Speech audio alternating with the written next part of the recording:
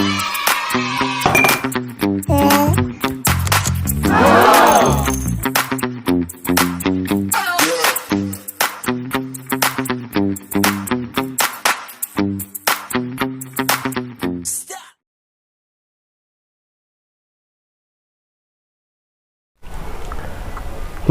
মৰমৰ ছাত্ৰ ছাত্ৰীসকল,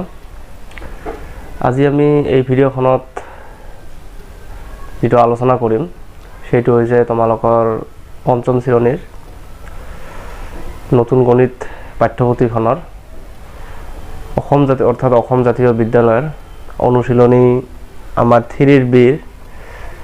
আমাৰ 7 নম্বৰৰ প্ৰশ্নটোৰ বিষয়ে আজি ইয়াত আলোচনা কৰিম। যি নহওক আজিৰ আমাৰ মেটটো আছে যে তলৰ সংখ্যাবোৰ 7 ৰে বিভাজ্য হয়নে নহয় পৰীক্ষা কৰা।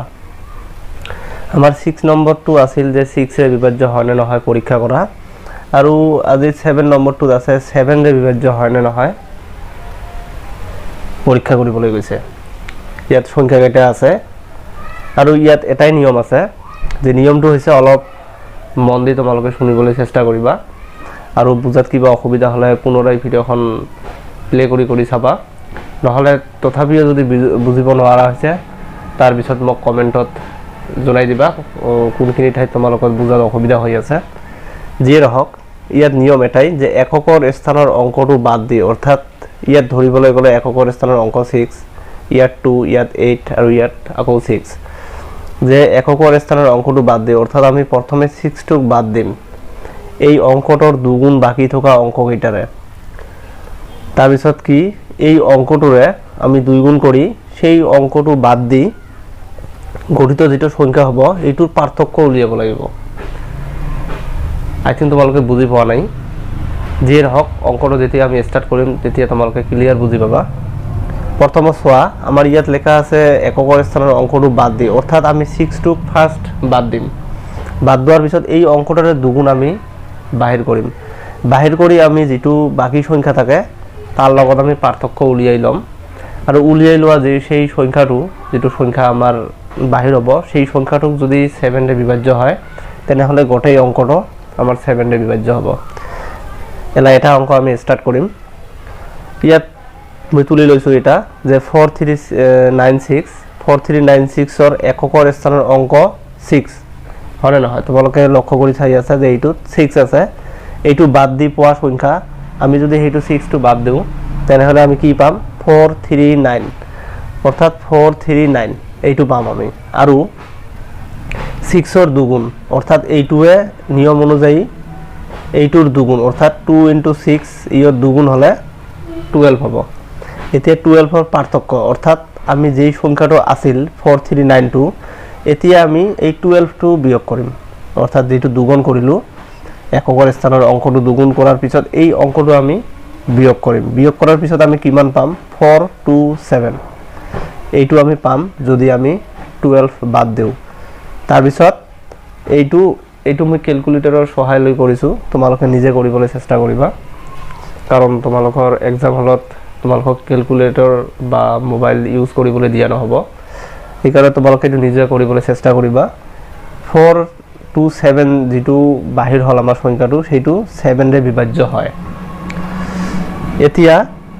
এতেকে তেনেহলে আমি তাৰ পিছত কি জানিলো যে গোটেই যদি 7 ৰে বিভাজ্য হয় সেই সংখ্যাটো তেনেহলে গোটেই সংখ্যাটো আমাৰ 7 ৰে বিভাজ্য হ'ব, অৰ্থাৎ 4396 যদি 7 ৰে বিভাজ্য কৰো আমাৰ आंसर হ'ব 628। অংকটো ইয়ালৈ কৰিলে হ'ব। আৰু যদি এইটো ফলো কৰিবলৈ যোৱা এক প্ৰকাৰ ইয়াতে হৈ যায়, আৰু যদি তোমাৰ ক্লাস টিচাৰে যদি পৰীক্ষা এনেকে কৰিবলৈ কয় অৰ্থাৎ ইয়াত পৰীক্ষা লিখি যদি এনেকে কৰিবলৈ কয় 43967 এইটোও তোমালোকে কৰি দেখুৱাব পাৰা। যিয়ে নহওক ইয়ালৈকে যদি পাৰা তেনেহলে এইটোও নোৱাৰাৰ একো কথাই নাই।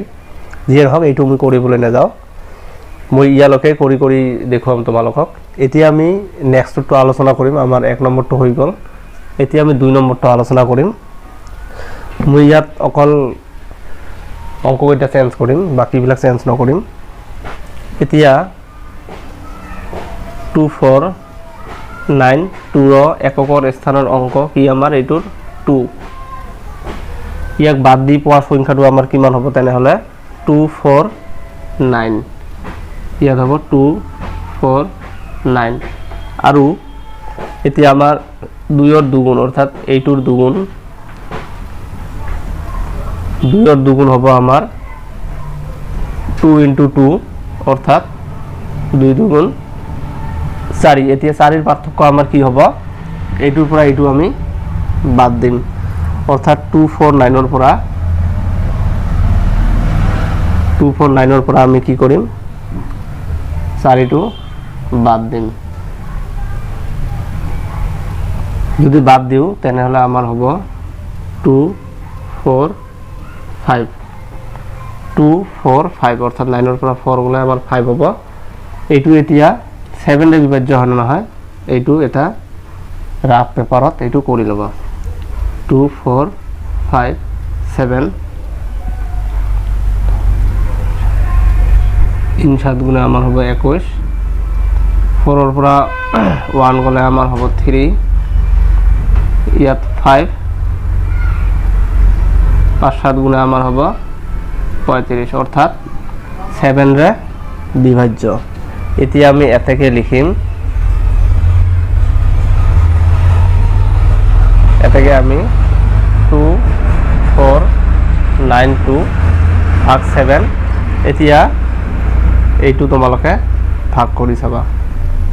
2492 7 ৰে হ'ব 3 7 গুণে 21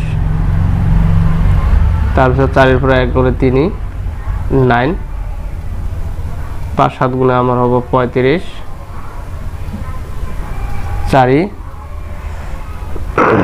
2 না মিলে 42 আমার 6 7 গুণে হ'ব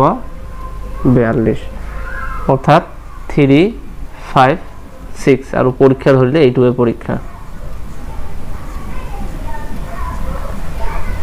পৰীক্ষা হৈ গল আৰু এইটোও হৈ গল হয়তো তোমালোকে এতিয়া বুজি পাইছা যে অঙ্কটো আমাক কেনেকৈ কৰিব লাগিব এতিয়া আমি নেক্সটটো লৈ যাম অৰ্থাৎ এইটো আমাৰ 7 ৰে বিভাজ্য হৈ গল এইটোও 7 ৰে বিভাজ্য হৈ গল আৰু দুটা আমাৰ বাকি আছে এতিয়া আমি লিখিম 6938 6938 এৰ এককৰ স্থানৰ অংক এতিয়া আমাৰ এককৰ স্থানৰ অংক কি 8 এইটোক বাদ দি পোৱা সংখ্যা আমাৰ কিমান হ'ব 693 আৰু তেনেহলে আমাৰ 8 ৰ দুগুণ অৰ্থাৎ 2 * 8 এতিয়া আমাৰ হ'ব 16 এতিয়া 16 ৰ পাৰ্থক্য আমাৰ হ'ব অৰ্থাৎ আমি 8 ৰ পৰা বিয়োগ কৰিম 693 বিয়োগ 16 আমি যদি বিয়োগ কৰো তেনেহলে আমাৰ ইয়াত 13 ৰ পৰা 6 গলে আমাৰ হ'ব 7 আৰু ইয়াত থাকিব 8 8 ৰ পৰা 1 গলে আমাৰ হ'ব 7 ইয়াত হ'ব 6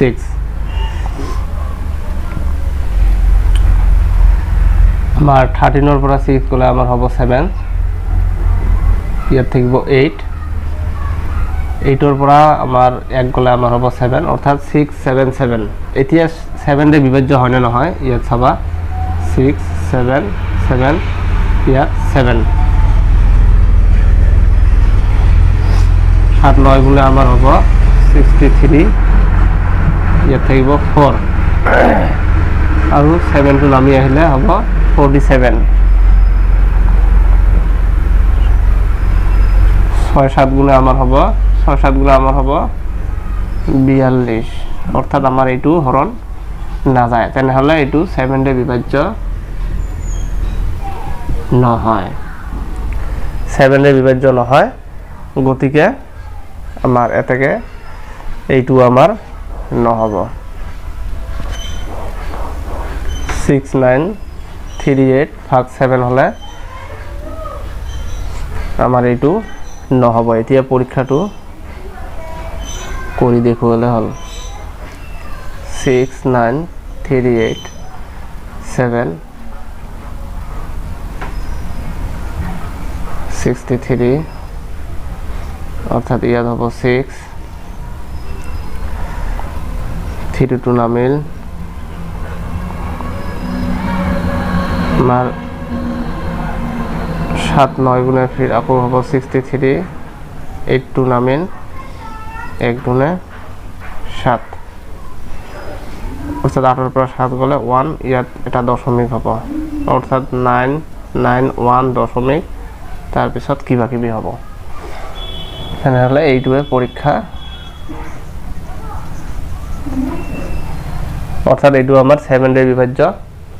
নহয় এই সংখ্যাটো আমাৰ 7 ৰে বিভাজ্য নহয় অনলি আমাৰ এটা বাকি আছে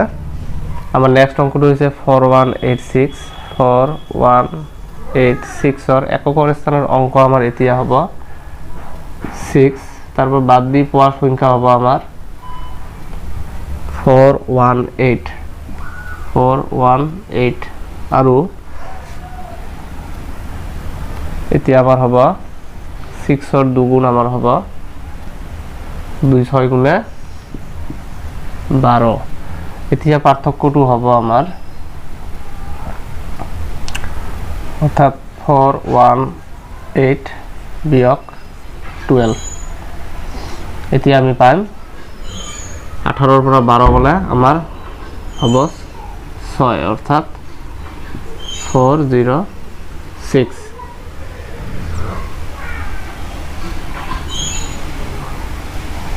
এতিয়া 7 ৰে বিভাজ্য এইটো হ'ব না নহব চাই লব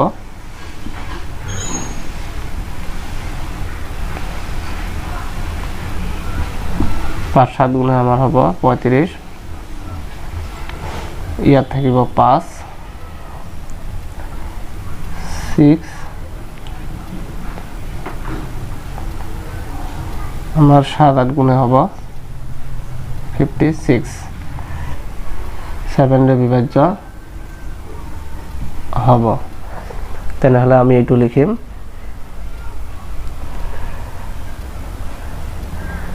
অংকটো লিখিম আমি 4186 ভাগ 7 এইটো এতিয়া তোমালোকে পৰীক্ষা কৰি দেখুৱাবা 4186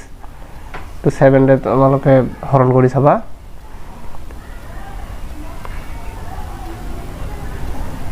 5 7 গুণে আমাৰ হ'ব 35 1 ৰ পৰা 5 নযায় 11 ৰ পৰা 5 গলে আমাৰ হ'ব 6 তাৰ পিছত এটা 8 নামিব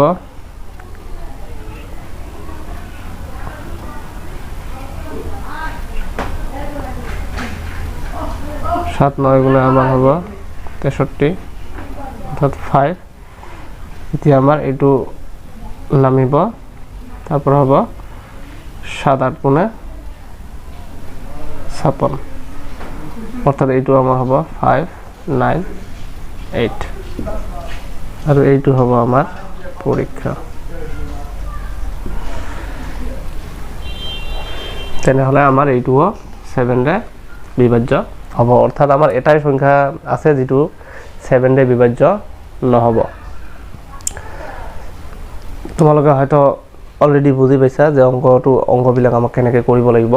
এইবিলাক তোমালোকে নোট কৰি ৰাখিবা আৰু এইবোৰ তোমালোকে ঘৰত প্ৰ্যাকটিছ কৰি থাকিবা তোমালোকৰ এক্সাম আহি পালেই তোমালোকে ঘৰত এইবোৰ কৰি থাকিবা যিমানে কৰিবা সিমানে শিকিবা অংকটো এনেকৈ বস্তু আৰু তোমালোকৰ যদি কিবা ঠাইত কিবা প্ৰবলেমছ পোৱা তেনেহলে মোক কমেন্টত জনাই দিবা আৰু মই তোমালোকক বুজাব পাৰো নে নাই হেতু মোক কমেন্টত জনাই দিবা আৰু যদি তোমালোকে মোৰ অংকবোৰ বা মোৰ ভিডিঅ'বোৰ চাই তোমালোকৰ কিবা হেল্প হয় বা তোমালোকে যদি বুজি পোৱা ইজিলি তেনেহলে এটা লাইক কৰি দিবা আৰু বন্ধু বান্ধৱীৰ লগতো শেয়াৰ কৰিবা যিয়ে হওক আজিৰ ভিডিঅ'খন শেষলৈকে চোৱাৰ কাৰণে ধন্যবাদ